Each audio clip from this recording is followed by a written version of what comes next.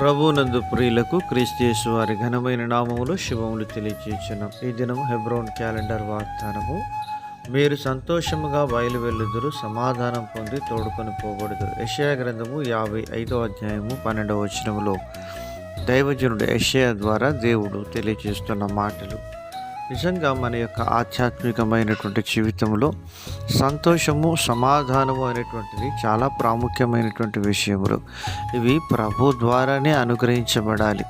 ఎందుకనగా ఇవి దేవుని యొద్ద నుండి వస్తున్నాయి. దేవుడు తన ప్రజల పక్షంగా చేసినటువంటి కార్యములు అద్భుతములు, అమోఘములు. ఆయన ఉద్దేశములు సంపూర్ణంగా నెరవేర్చడానికి దేవుడు తన ప్రజల పక్షంగా ఎల్లప్పుడూ సిద్ధంగా ఉంటున్నాడు. ప్రియమైనటువంటి దేవుని ప్రజలారా, ఇశ్రాయేలు ప్రజలు ఐగుప్తు యొక్క బానిసత్వం నుంచి విడుదల పొంది వారు సంతోషంగా బయలు వెళ్ళే సమయం ఆసన్నమైనటువంటి దినాల్లో ఐగుప్తు ప్రజలను వారు దోచుకొని వెళ్తారు అని కూడా దేవుడు వాగ్దానం చేస్తూ వచ్చినాడు. ఇలాగున ఇశ్రాయేలు ప్రజలు ఐగుప్తులో నుండి బయలుదేరేటప్పుడు వారు సంతోషంగా బయలుదేరుతూ వచ్చినారు. వారి యొక్క ఆభరణములను, వారి యొక్క వస్తువులను వారు అడుగుతూ వచ్చినప్పుడు ఐగుప్తులు సంతోషంగా ఇస్తూ వచ్చినారు.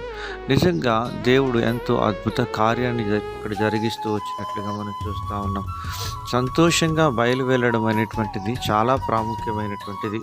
ఎందుకనగా యెషయా గ్రంథం 35వ అధ్యాయం మొదటి 2 చరణాల్లో అంటున్నాడు, అరణ్యమును ఎండిన భూమి సంతోషించును, అడవి ఉల్లసించి కస్తూరి పుష్పముల పూయును, అది బహుగా పూయుచు ఉల్లసించును, ఉల్లసించి సంగీతములు పాడును.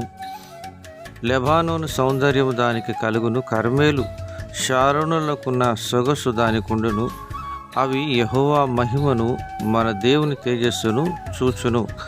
అనేక వందల సంవత్సరాల క్రితమే ప్రవచించిన ఈ యొక్క ప్రవచనం ఈ దినాల్లో ఇజ్రాయెల్ దేశంలో సంపూర్ణంగా దేవుడు నెరవేరుస్తూ వస్తున్నట్లుగా మనం చూస్తూ ఉంటున్నాం. ఎడారి ప్రాంతమైనటువంటి ఆ ప్రాంతంలో దేవుడు అనేక వేల మంది నివాసం ఉంచేటట్లుగా ఈ దినాల్లో మరి ఎడారి ప్రాంతాన్ని ఎంతో ఉద్యానవనంగా, అందమైన సిటీగా తయారు చేస్తూ వచ్చినాడు. ప్రియమైనటువంటి దేవుని ప్రజలారా, అలాంటి ఎడారి లాంటి మన జీవితంలో దేవుడు కస్తూరి పుష్పములను పూయించి దానికి లెబానోను సౌందర్యంను కలుగజేస్తూ వచ్చినాడు. నిజంగా మన యొక్క ఆధ్యాత్మికమైనటువంటి జీవితంలో ఎడారి లాంటి మన జీవితంలో దేవుడు ఇంతగా ఆశీర్వదిస్తూ వచ్చినాడు.